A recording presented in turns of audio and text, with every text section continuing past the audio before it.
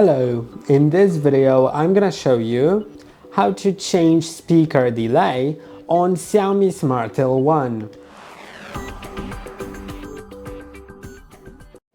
This setting will be extremely helpful for external speakers, so if you have those then you may need to set up a delay so the sound actually matches the image.